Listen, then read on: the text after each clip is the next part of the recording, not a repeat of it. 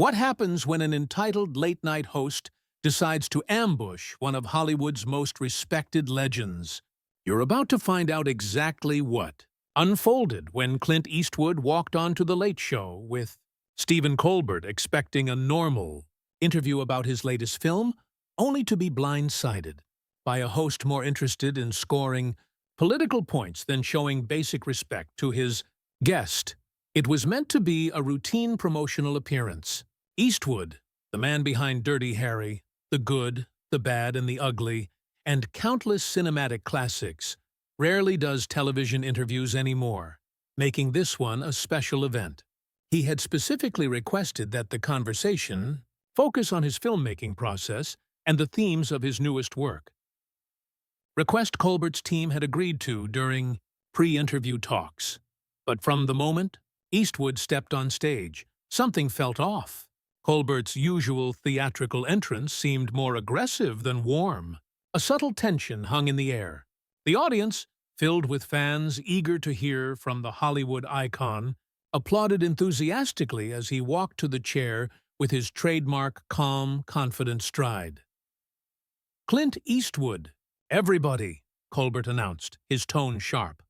"The man has been making movies since before most of our viewers were born, and apparently still has some very strong opinions about how things should be done in this country."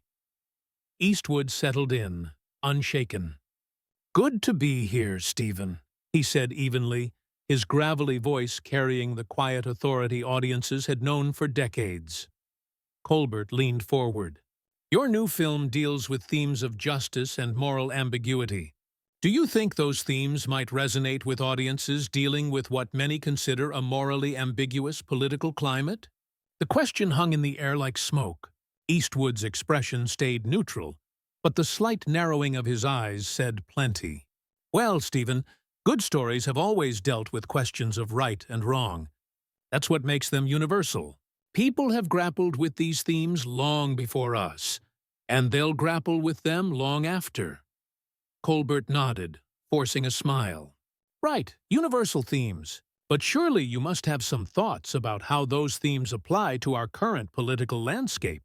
You've never been shy about your political views in the past." There it was, the shift from film talk to politics. Eastwood subtly shifted in his chair, an understated but telling sign. "I'm here to talk about the movie," he said with a quiet warning in his tone. "It's a story about people making difficult choices under pressure. I think audiences will connect with that, regardless of their politics." Colbert didn't back down. "Oh, come on, Clint. Someone who's lived through as much American history as you must have opinions about what's happening now. Your characters have always stood for something. What do you stand for?" It was a loaded question, a trap. Answer, and he'd be dragged into a political debate. Refuse, and he'd seem evasive. Eastwood's jaw tightened slightly. "I stand for good storytelling, Stephen. I stand for treating people with respect. I stand for keeping my word when I agree to come on someone's show to discuss my work." For a moment, Colbert looked caught off guard, but instead of pulling back, he forced a laugh. "Well, that's very diplomatic of you, Clint, but diplomacy isn't exactly what your characters are known for, is it? Dirty Harry wasn't worried about hurt feelings when he was cleaning up the streets of San Francisco. The remark was meant to provoke, blurring the line between actor and character." Eastwood's reply was calm but firm. "Harry Callahan was a character in a movie, Stephen. He wasn't real. What's real is that I'm sitting here as a guest on your show, and I'd appreciate it if we could have the conversation we agreed on." The tension thickened. Colbert's expression hardened. "Oh, I see. So when it's convenient, you're just an actor. But when you're endorsing candidates or talking about American values, you're speaking as Clint Eastwood, the citizen. Which is it?" The atmosphere in the studio changed. This wasn't light late-night banter anymore. It was a standoff. Eastwood's eyes narrowed, his voice steady. "I've always been clear about when I'm speaking as an actor and when I'm speaking as a private citizen. What I won't do is let you twist my words or my presence here into something it's not." Two men, both giants in their fields, now faced off in a battle of wills. The audience watched in uneasy silence as what was supposed to be entertainment turned into something far more personal and explosive. Colbert's next move revealed just how far he was willing to push the confrontation. Instead of acknowledging Eastwood's legitimate concerns about the direction of the interview, he chose to escalate further, his voice taking on a mocking tone that would have been inappropriate for any guest, let alone someone of Eastwood's stature and age. "Oh, so now you're the victim here. Clint, the big tough guy who made a career out of playing characters who shoot first and ask questions later, is suddenly concerned about being treated unfairly? That's rich, coming from someone who spent decades glorifying violence on screen." The attack was personal, unprofessional, and completely out of line. Eastwood's films had always been complex explorations of morality and justice, not simple glorifications of violence. Anyone with even a basic understanding of cinema would know that.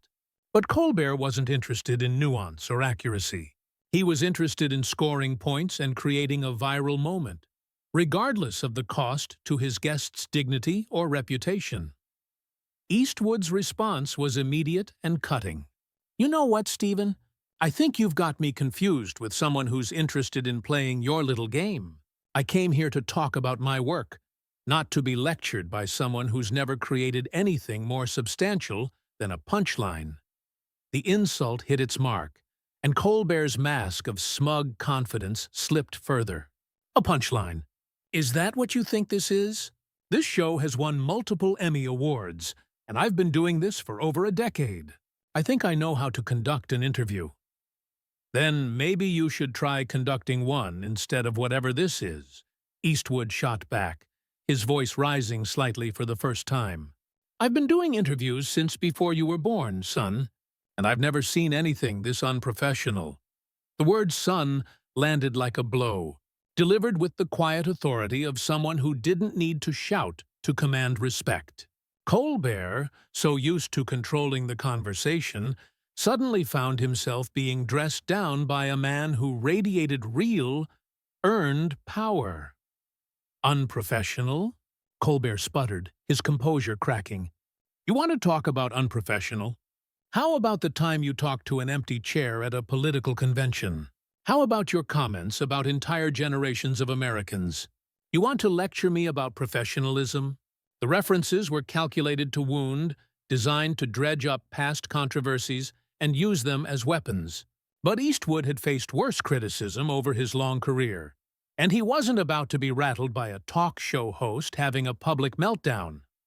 "I see what this is about now," Eastwood said, his voice calm but colder. "You didn't invite me here to talk about my movie. You invited me here to try to embarrass me, to make yourself look clever at my expense. Well, congratulations, Stephen. You've succeeded in showing everyone exactly what kind of person you are." The accusation hung in the air like a sentence handed down by a judge. Colbert's face flushed red as he realized the ambush had backfired spectacularly. Instead of making Eastwood look bad, he'd revealed his own pettiness and lack of professionalism to a national audience. That wasn't the intention," Colbert stammered. "I just think it's important to ask tough questions, to challenge our guests to think about the bigger picture." "Tough questions?" Eastwood repeated, almost amused. "Stephen, I've been asked tough questions by some of the best journalists in the world. What you're doing isn't journalism. It's ambush entertainment. There's a difference, and the fact that you can't see it says everything anyone needs to know about you." The clarity of his words hit like a hammer. This wasn't an interview, it was a performance, and not a good one. Colbert was treating his guest like a prop in his own political theater, and it was deeply uncomfortable to watch. "Look, maybe we got off on the wrong foot here," Colbert said, trying to salvage the moment. "Why don't we start over? Tell me about your new film. What inspired you to make it?" But it was too late. Eastwood had seen enough of the host's true colors. "You know what inspired me to make it, Stephen? The same thing that's inspired all my films: respect for the audience's intelligence. Something that seems to be in short supply around here." The camera caught the moment perfectly. Colbert's attempt to recover had failed, and now he was faced with the reality that he'd alienated one of Hollywood's most respected figures on national television.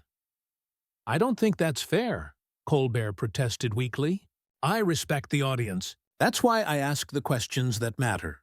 That's why I try to dig deeper than just surface-level promotional material. If you respected the audience, you'd honor your agreements with your guests," Eastwood replied coldly. "If you respected the audience, you'd give them the interview they tuned in to see, not whatever personal vendetta you're working through. And if you respected the audience, you'd show some basic human decency to a guest who's old enough to be your father." The age reference was cutting, underscoring not just the disrespect in Colbert's behavior, but the gulf between someone who earned his reputation through decades of work and someone who believed a TV platform gave him the right to treat people however he pleased. "Age doesn't give you a free pass from being questioned about your views," Colbert snapped. "If anything, it makes those questions more important, not less. And being on television doesn't give you the right to ambush people who agreed to appear in good faith," Eastwood countered. "You want to debate politics? Run for office. You want to change culture? Make something that matters. But don't use your platform to attack guests who can't defend themselves on equal terms." The imbalance was glaring. It was Colbert's show, his audience, his cameras, his edit. Eastwood was essentially at a disadvantage, which made the host's behavior even more reprehensible. "I'm not attacking anyone," Colbert muttered, though his voice lacked conviction. "I'm just asking questions." "No, Stephen," Eastwood said with finality. "You're making accusations disguised as questions. You're trying to create controversy where none exists. You're treating me like a character in one of your comedy bits instead of like a human being who deserves basic respect." The audience sat in stunned silence, as their late-night host was methodically dismantled by a man who understood the difference between entertainment and exploitation. In that silence, something shifted in Colbert's demeanor. Perhaps it was the realization that he'd gone too far, or maybe it was the panic of someone who had just lost control of his own show. Either way, his next words would become the final straw that broke whatever remained of their professional relationship. "You know what, Clint? Maybe the problem isn't with my questions. Maybe the problem is with someone who can't handle being challenged after decades of people telling them what they want to hear. Maybe the problem is with someone who thinks their age and their legacy make them untouchable." The words were venomous, laced with a spite that seemed to shock even Colbert himself. He had crossed a line that couldn't be uncrossed, turning what had been an unprofessional interview into a personal attack that exposed the ugliest side of his character. Eastwood's response was immediate and devastating. And maybe the problem is with someone who thinks having a television show makes them important enough to treat their guests like garbage. "You want to know what I think about American culture, Stephen? I think it's been poisoned by people like you. People who mistake cruelty for cleverness and believe tearing others down somehow builds them up." The accusation hit like a lightning bolt. Eastwood had just articulated what millions of viewers felt but couldn't express: that something fundamental had been lost, that basic decency and respect had been sacrificed for entertainment and political point-scoring. "I don't think I'm the one being cruel here," Colbert shot back, but his voice betrayed his uncertainty. "I'm just trying to have an honest conversation about important issues." "Honest?" Eastwood laughed, but there was no humor in it. "Stephen, there's nothing honest about what you're doing. You agreed to one thing and delivered another. You promised a promotional interview and delivered an ambush. You're not interested in honest conversation. You're interested in creating content for your show, and you don't care who you hurt in the process." The truth of his words was undeniable. Colbert had violated the basic trust between host and guest, the unspoken agreement to honor the terms under which the interview was arranged. In breaking that trust, he'd revealed something fundamental about his character that no amount of comedy or charm could cover. "Look, if you're not comfortable with the questions, we can move on," Colbert said, trying one last time to regain control. "But I'm not going to apologize for doing my job." "Your job," Eastwood repeated, disbelief in his voice. "Your job is to entertain people, Stephen. Your job is to make them laugh, to give them a break from the problems of the day. Your job is not to attack your guests or use your platform to settle personal scores." It was a crucial distinction. Colbert had forgotten the true purpose of his role and mistaken the privilege of being welcomed into millions of homes for a license to behave however he pleased. And now he was being held accountable. "I think you're being a little dramatic," Colbert said defensively. "This is just a conversation. People have disagreements all the time." "No, Stephen, this isn't a conversation," Eastwood replied, his voice firm. "A conversation requires two people who respect each other enough to listen. What you're doing is performing, and I'm not interested in being a prop in your performance." With that, Eastwood began removing his microphone. The gesture was simple, but powerful, a clear signal that he was done participating in whatever this had turned into. The audience watched in stunned silence as one of Hollywood's most legendary figures prepared to walk away from national television. "Wait, where are you going?" Colbert asked, panic creeping into his voice as the full weight of the situation hit him. "We're not finished here." "Yes, we are," Eastwood said simply, standing up with quiet dignity. "I came here to talk about my work, to share something I care about with people who might appreciate it. But you've made it clear that's not what you're interested in." The camera caught every moment as Eastwood calmly prepared to leave. This wasn't a tantrum. It was a deliberate decision made by someone who had reached the end of his patience with unprofessional behavior. "You can't just leave," Colbert protested, his voice rising as he realized the disaster unfolding before him. "We have a show to finish. We have an audience." "Then maybe you should have thought about that before you decided to ambush me," Eastwood replied, his voice steady. "The audience deserves better than this, Stephen. They deserve honesty. They deserve respect. And they deserve entertainment that doesn't come at the expense of basic human decency." The words hung in the air like a verdict. For a brief moment, Colbert seemed to understand the gravity of what he'd done. But instead of apologizing or trying to make amends, he doubled down. "You know what? Fine, walk away. That's what your generation does, isn't it? When things get tough, when people start asking the hard questions, you just walk away and pretend it's everyone else's fault." The final insult was too much.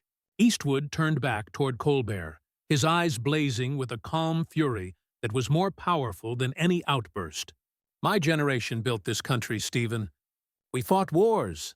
We raised families. We created art that actually meant something. What have you done besides tear down better people than yourself?" The question cut through the room like a blade. Colbert had no answer, because there was no answer. He had been exposed completely, revealed as someone who mistook privilege for achievement and platform for purpose. "I think we're done here," Eastwood said, his voice calm once more. "Good luck with your show, Stephen. I hope you figure out what you're actually trying to accomplish with it." With that, Clint Eastwood walked off the stage, leaving behind a host who had just learned the hard way that some people cannot be bullied, cannot be manipulated, and will not compromise their dignity for anyone's entertainment. The audience sat frozen, having witnessed something unprecedented in the carefully controlled world of late-night television. Colbert was left alone on stage, facing an audience that had just watched him dismantle his own credibility and reputation. The man who had started the interview believing he could score easy points off a Hollywood legend had instead exposed everything wrong with modern media culture.